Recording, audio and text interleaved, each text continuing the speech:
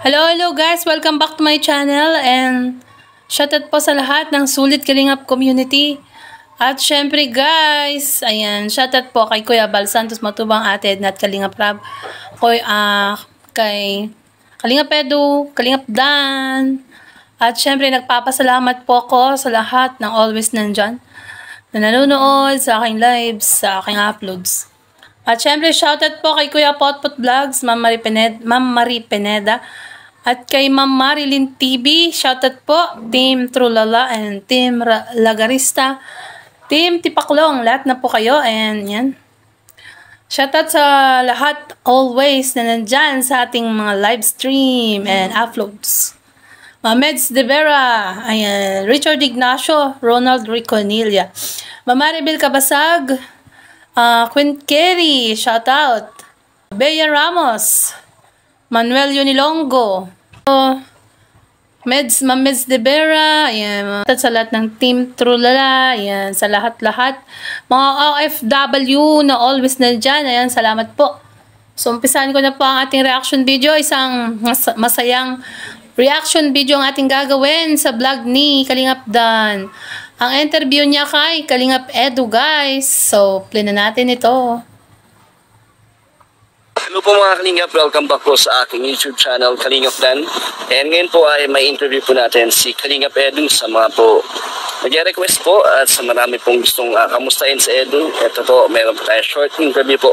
And tara po. So guys, sa mga nagtatanong daw at sa mga gustong kumustahin si Kalingap Edu, ito na ang request nyo kay Kalingap Dan, ang ma-interview si Kalingap Edu kung ano na ba ang update sa kanyang buhay-buhay sa araw-araw. So, umpisahan na natin guys. Ayan. So, what's up Edu? Kumusta? Ayan, hello. Okay lang naman. So, isa ka sa mga most requested interview na dami kumamusta sa'yo, Ed. Salamat. So, kamusta ang buhay natin? Anong bago?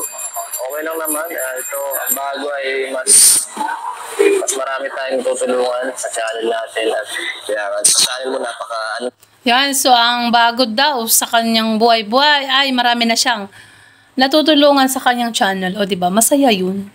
Kasi maraming mga nangangailangan ang matutulungan niya sa kanyang pagbablog.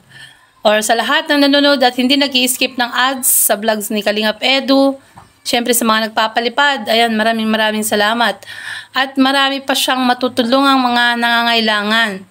So, play pa natin guys. napakaganda ng takbo ng YouTube mo. salamat po sa suporta ng mga viewers natin. At di tayo iniiwan basta-basta. Salamat po sa inyo dahil sa inyo to lahat. So ano ba ang nangyari? Ano ba ang naging pagbabago sa iyo ng YouTube? Mas lumakas pa ngayon, mas dumami ang sumusuporta sa'yo? Oo, medyo dumami. Salamat kasi yung talagang goal natin bilang vlogger sa'yo. Tama, and congratulations sa iyo, Edu, dahil lumakas. Medyo lumakas ang kanyang YouTube channel. So guys, sa mga hindi pa po nakasubscribe sa channel ni Kalingap Edu, and subscribe nyo na po. At syempre, watch nyo po yung mga vlogs niya and don't skip the ads.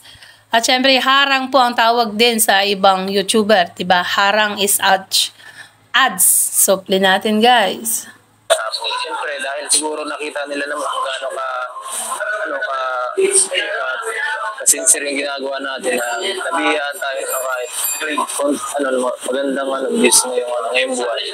So yung sipag mo, yung pagtsatsaga mo, nagbubungan. Oo, salamat. Kasi matagal na rin mga isang taon na simula tayo sa pa-10 views hanggang sa nag-20, hanggang sa nag-30. So tingin mo ito na yung break mo na dumating na ang channel mo? Sana ma-maintain. Yan, sana ma-maintain nga Kalingap Edu. At syempre, para ma-maintain po ang pagtaas ng views ni Kalingap Edu at pagdami ng kanyang subscriber, and i-share po natin sa ating mga Facebook ang kanyang mga videos. So, pipindutin nyo lang po ang share, then copy link. Copy link, then paste. Ipipaste nyo po sa Facebook nyo, Instagram, o TikTok, mga ganun. At kung saan-saan man na mga platform na pwedeng mag-paste ng link para po matulungan natin at tumaas ang kanyang subscriber at ang kanyang views para marami pa siyang matulungan. So, play natin guys. Kahit isang taon sana ma-maintain. Okay, so paano mo ma-maintain to? Itong ganitong takbo ng iyong views? Siguro sa mas maging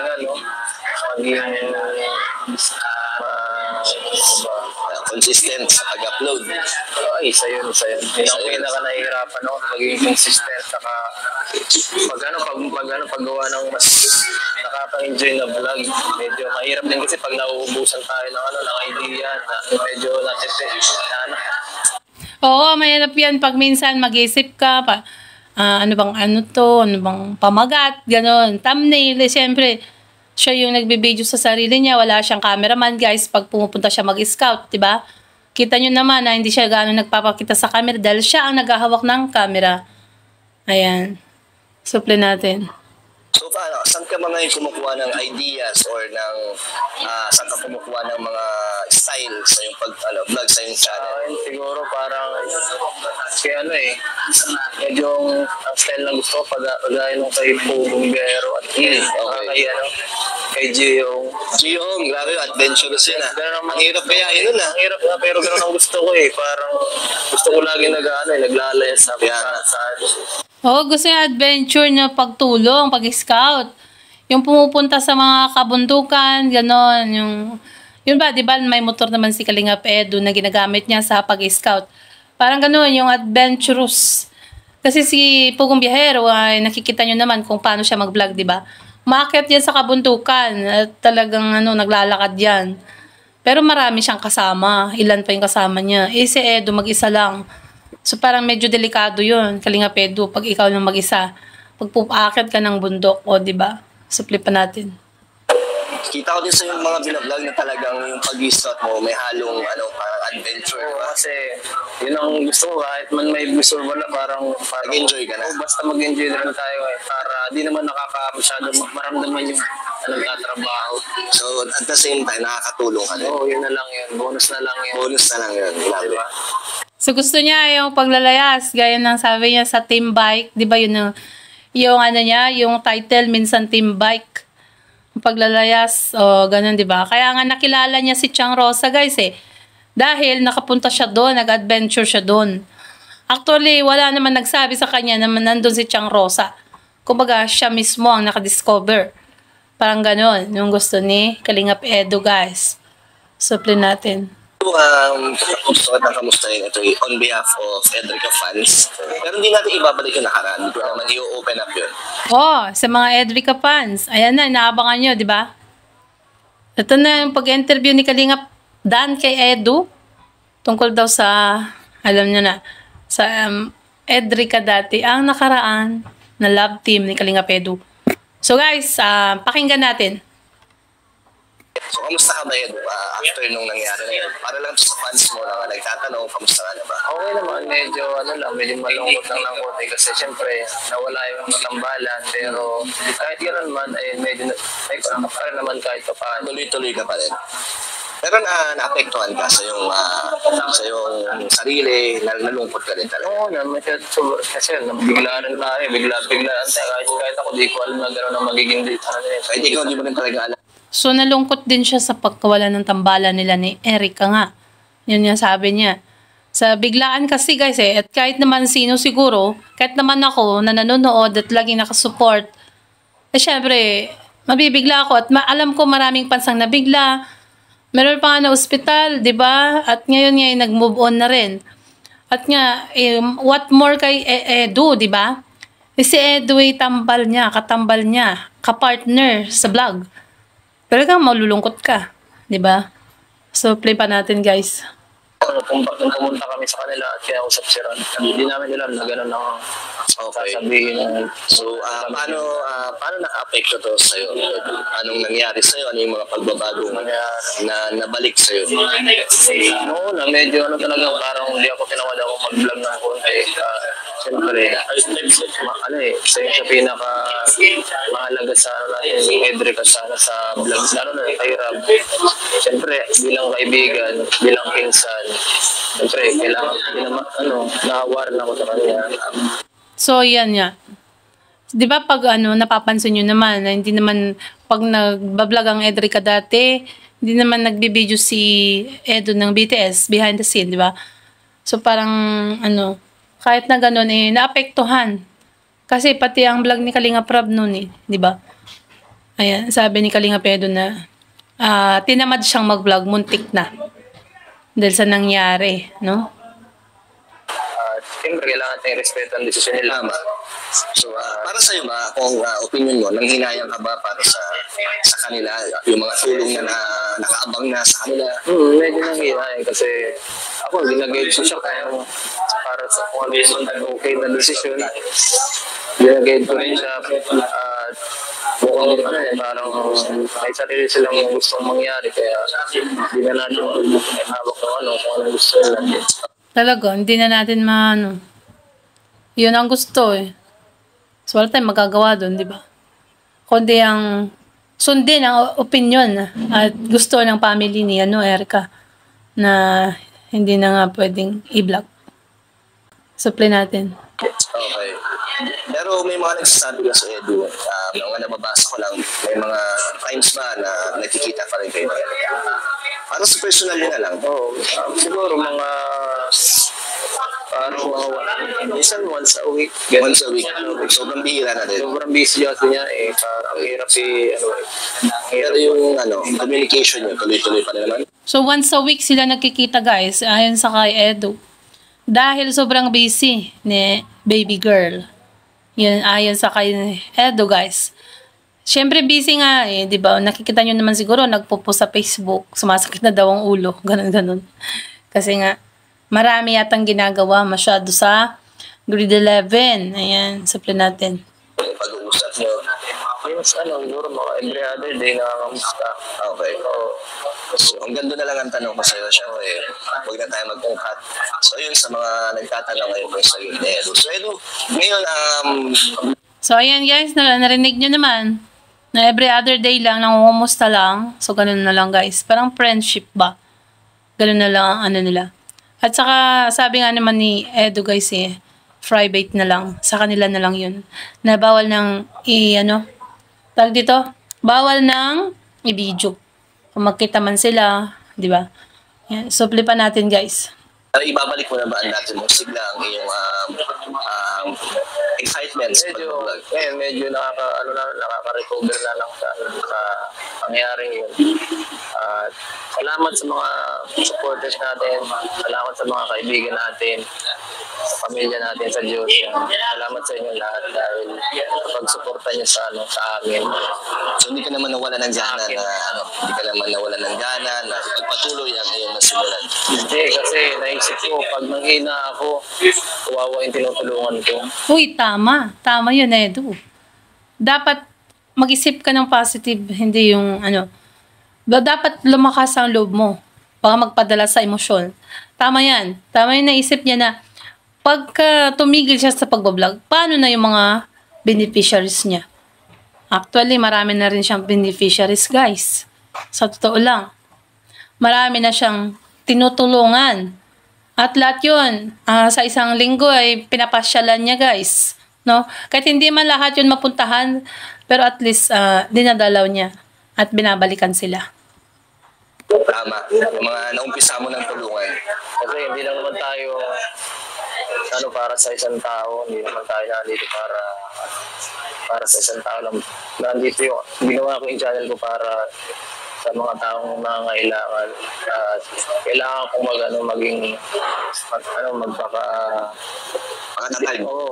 Yan, tama. Need mo talaga magpakatatag, maging practical.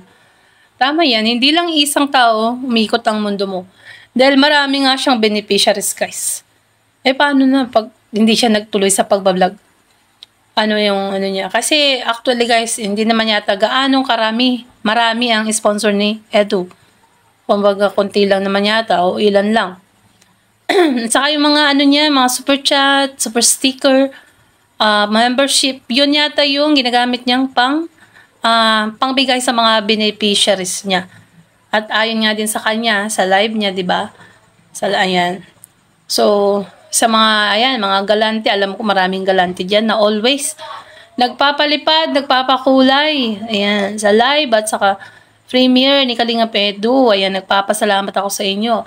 Maraming salamat sa inyo. Ayan, sa always dahil hindi kayo nauubusan po ng pagbibigay or kayamanan at yun nga sinishare niyo po sa kanya. So play natin guys.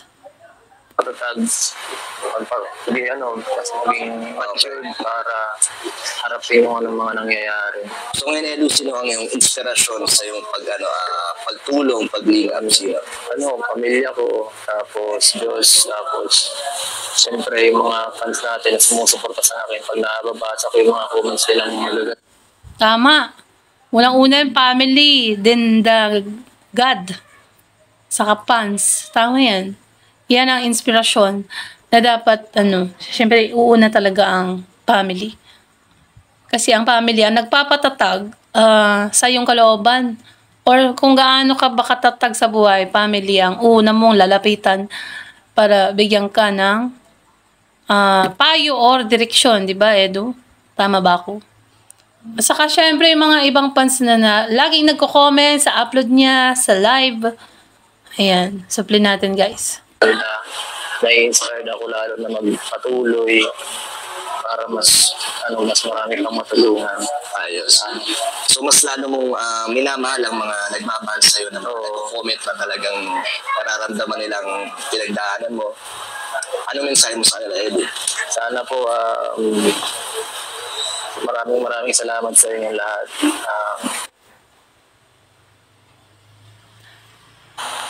Hindi ko akalain na maabot ko itong estado na to. Salamat po talaga din. So ayan guys, nagpasalamat si Kalingap Edu sa lahat ng always or sa mga fans niya na laging nandyan, laging nakaabang sa live niya, uploads, at laging nakasuporta. Ayan. So, syempre, di ba? Kung wala ang mga fans, viewers, wala din siyang sahod sa YouTube at wala siyang pangtulong sa mga beneficiaries niya. Actually guys, marami na siyang beneficiaries. At lagi niyang binabalikan yung mga yon, di ba? Nakikita niyo naman siguro. Supply natin. At may mga bago pa po mga beneficiaries na natutulungan ni Kalingap Edu. Sobrang blessings na natanggap ko. So ngayon, Edu, sa mga dami mong na-scout, dami mong nabibigyan din ng tulong, ano yung mga plano mo sa kanila? Ano yung mga long-term na gusto mong maibigay sa kanila? Long-term na gusto maibigay, gusto ko sa kanila ma-improve yung buhay nila. Pag mga self-studyante, gusto ko matulungan sila sa mga pag-aaral nila. At yung sa mga sa mga beneficiary ko na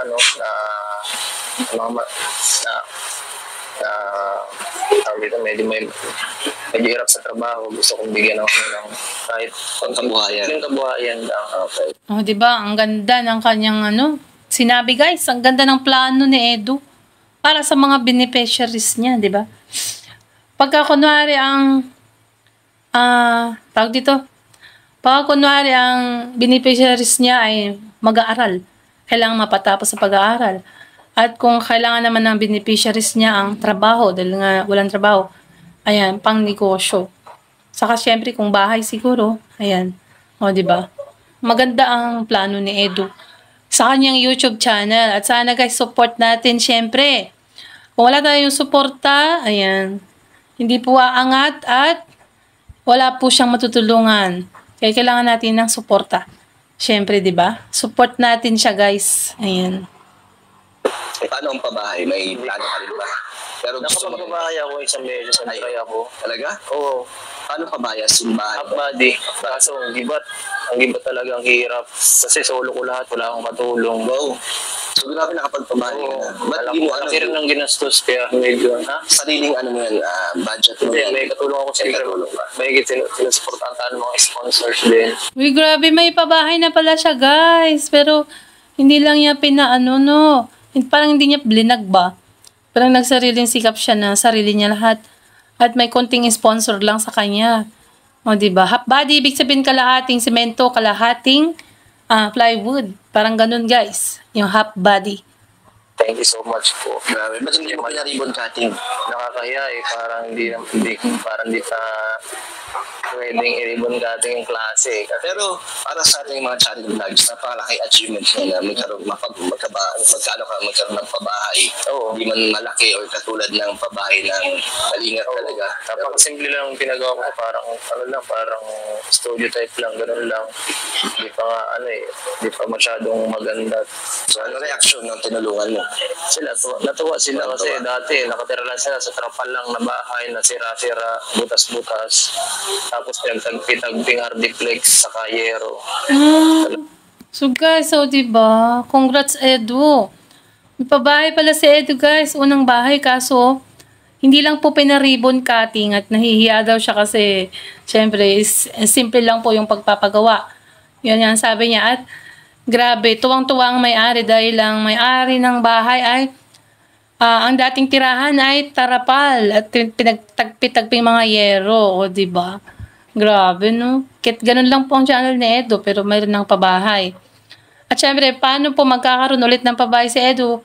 Ayan, support natin ang channel niya guys. Ayan, huwag kayong mag-skip ng ads. Ayan, panoorin niyo po yung ads niya para sa future, sa economics, ekonomiya. Para marami pa po siyang matutulungang mga mahihirap, at nangangailangan. Hanggang kawawa sila doon sa mga. So may nabigyan ka ng pag-asa, pagbabago sa buhay. So Ed, sa napapanood ko sa mga uploads mo, talagang nakikita ko yung yung sincerity mo, yung talagang gusto mong pagtulong kasi sumasama ka sa mga ginagawa nila tulad ng pangingisda. Oo. Namumundok ka. Talagang gumigising ka ng maaga para masaksihan. Yung orasan ko yun talaga, ganitong schedule ko, masama ako sa kanila, tinatanong ko kung ano gagawin. O kasi mas feel ni Edu yung yung nakakasalamuhan niya mismo or sumasama siya sa mga gawain ng beneficiary niya, di ba? Kagaya na lang nila Hana na ang kanyang tatay ay mangingisda, di ba? Siya, nagninet ng fish. At yun nga, pagka nag-vlog sila, sumasama si Edu, no? So napapansin niyo naman siguro na close sila. Pati ang kanyang tatay, no? Nung nakaraang vlog nga nila, daming nakuwang isda.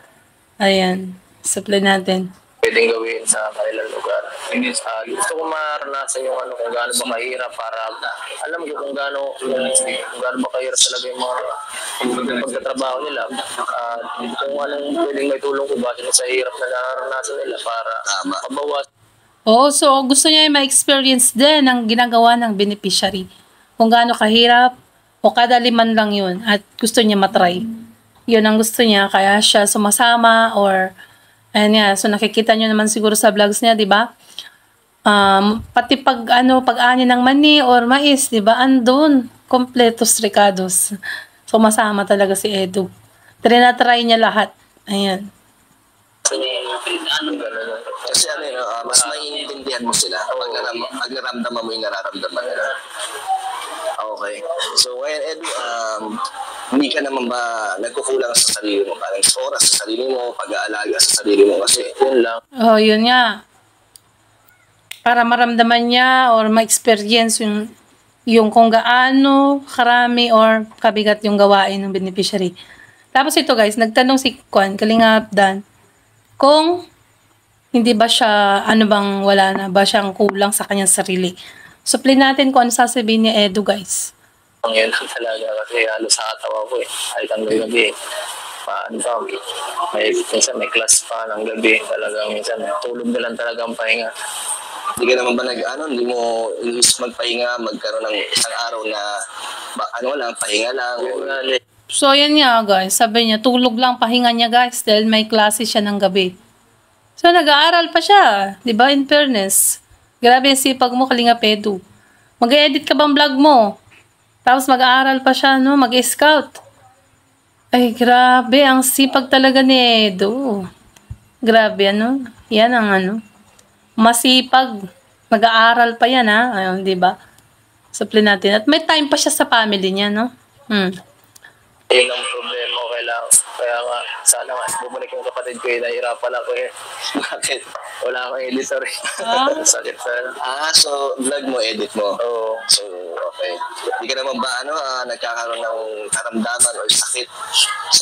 So ang kanyang kapatid yata wala. Nagtrabaho na siguro, ganun. At siya yata yung taga-edit dati. Ngayon, wala yung kapatid. Kaya siya ang taga-edit ng sarili niyang vlogs. Naku, mahirap nga yan, Edu. Ako nga habang nag-edit nga ako ng reaction ko, inaantok ako eh. What more ka, Edu, napupuyat pa nag-aaral, tapos napapagod mag-scout, diba? Ang hirap talaga niyan, guys. Sa totoo lang. Supply ba natin, guys? Supply natin. Kasi mo.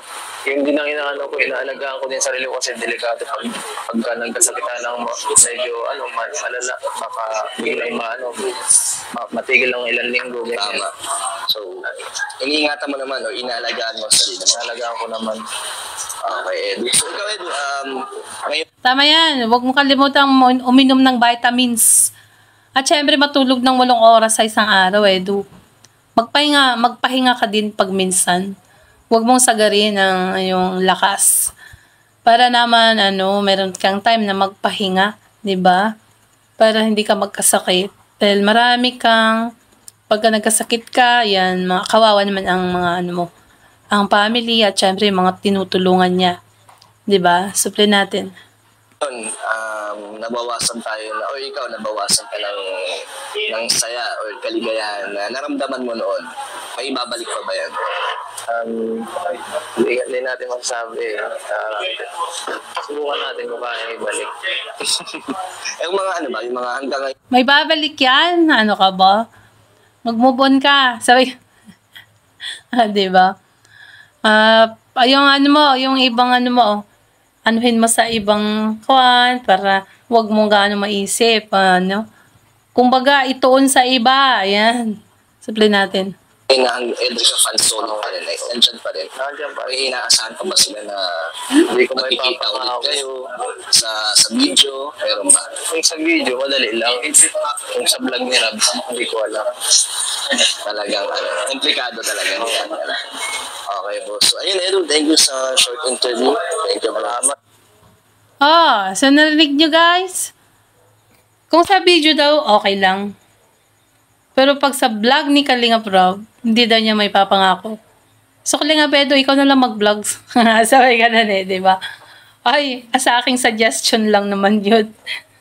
So, diba narinig nyo naman? Ulitin nyo na lang po. Ayan, para maintindihan nyo. Pwede nyo naman pong panoorin sa vlog ni Kalingap Dan. At 15 minutes lang naman po ito. Doon sa vlog ni Kalingap Dan. At hindi ko naman po kinuha lahat yun. So, hanggang dito na lang po ang ating reaction video, guys. At kung bago ka pa lang sa aking channel, click the subscribe button at ang tiny bell. At syempre, support and subscribe Kalingap Dan, Kalingap Edu, Kuya Val Santos Matubang, Kalingap Rob, Ate Edna, at sa lahat ng kanilang kasamahang Kalingap vloggers. At syempre, thank you guys for always be there.